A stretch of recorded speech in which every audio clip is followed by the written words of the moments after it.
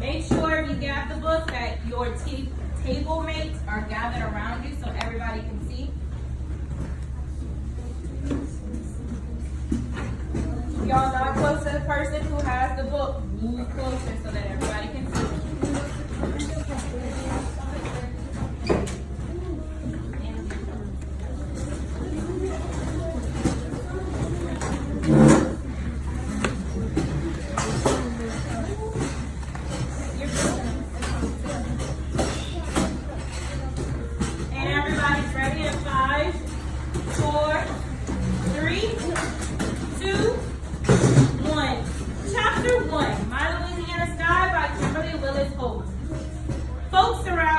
Don't understand why parents would name their daughter Tiger. But Daddy says it's because of love. Mama had a kitten named Tiger when she was a little girl. She loved that kitten so much that she hugged it too hard and it died. Mama wasn't going to let that happen again. So when I was born, she was real gentle with me. Some people in Seder say Mama and Daddy should have never been allowed to get married because they're different. Folks around here call it retarded, but I like slow marriage. Even though Daddy got through 12 years of school, most folks say teachers felt sorry for skinny Lonnie Parker. Just passed him from grade to grade like they do some of the basketball players. Mama never went to school, but Granny taught her to read. With those kinds of odds, I should be dumber than an old cow. But I'm not. In fact, my classmates' parents are still scratching their heads trying to figure out how I got straight A's and won the spelling bee 5 years in a row. It's even harder for them to believe Mama taught me to read, but she did. Mama likes reading comic books. I read about Superman and Donald Duck when I was 4. Now Mama likes me to read to her because I can read the words she can. It rains every day the week after I finished 6th grade. Clouds hung low in the gray sky and the raindrops poured down, hammering our roof with a constant patter. But by Saturday, the day Aunt Dory Kay came to visit from Baton Rouge, the sun came out in all its glory, and the sky returned to a brilliant blue. When we heard her car drive up near the gate, Mama ran out of the house like a little kid. She grabbed hold of Aunt Dory Kay so hard, my aunt wobbled on her high-heel shoes. Whoa, Karina! Aunt Dory Kay caught her balance and smoothed her dark hair back in place. Oh, Dory Kay, I miss you so much, Mama squeaked. She stepped back with her dirty bare feet, admiring Aunt Dory Kay from head to toe. You're as pretty as a picture in a fancy ladies magazine. Aunt Dory Kay was Mama's younger sister. To me, she was the most sophisticated person I have ever known. Today, she wore a tailored navy blue suit that matched her shoes, and she smelled better than any perfume counter at Penny's. She wasn't beautiful like Mama. Mama's long, dark hair fell to her shoulders, and her body curved in all the right places. But somehow, Aunt Dory Kay's flat chest and narrow hips appeared stylish in her pretty clothes. She wore more makeup than any Seder woman dared to, except for the women who went to the wigwam honky-tonk on Saturday nights. But while their faces looked take-on, hers looked glamorous. Aunt Dory Kay gently cupped my chin with her hands. 12 years old. Tiger, you're growing up into such a young lady. Aunt Dory Kay gently cut her voice was smooth like a deep calm wave. I wanted to dive right in and let it work magic on me. Turn me into someone I wasn't. But as I looked at my reflection in her eyes, I was reminded of what I saw in the mirror. I saw Daddy.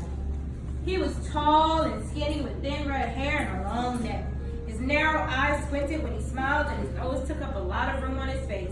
But folks say kids change a bunch before they finish growing, especially in the summertime. In the afternoon, my best buddy, Jesse Wade Thompson, stopped by to say hello to Aunt Dory Kay. He and I were sitting on the living room floor drinking grape bets and listening to Elvis on the radio when we heard someone drive up. Aunt Dory Kay leaned forward, causing our tweed couch to squeak.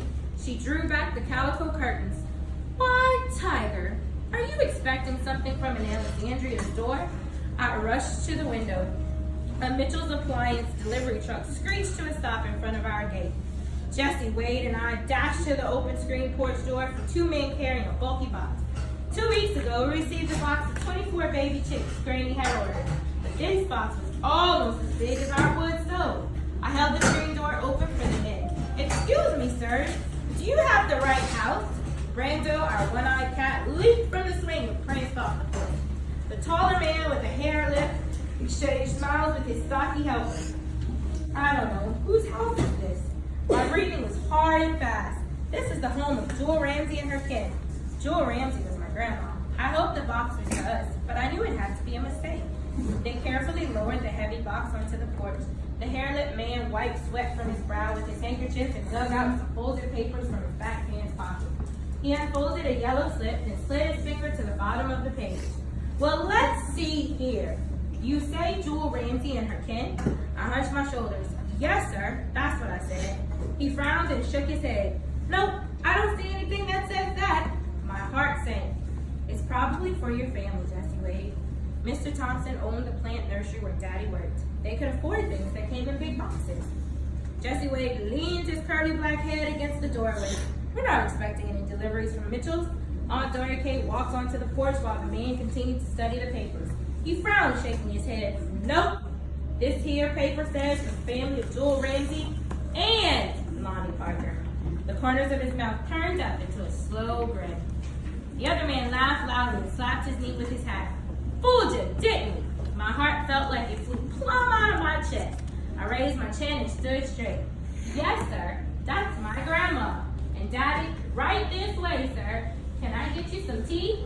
The man followed me inside carrying the box. It took up so much space in our plain little living room.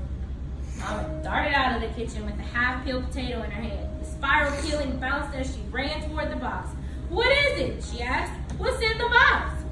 Hold on, Karina, Granny said, walking slowly behind and wiping her hands on her apron. Her black hair was pinned in its usual tight bun, and some fine locks stuck to her full face. Aunt Doria Kate stood near the window, smiling as she watched us. Daddy, returning from the garden, clomped up the porch steps. He started to walk in and looked down at his muddy boots, backed out and pulled them off. He walked in the house with white socks on, his feet rubbing a dirty hand across his red chin. I couldn't tell if his face was red from the sun or because two strangers stood in our house.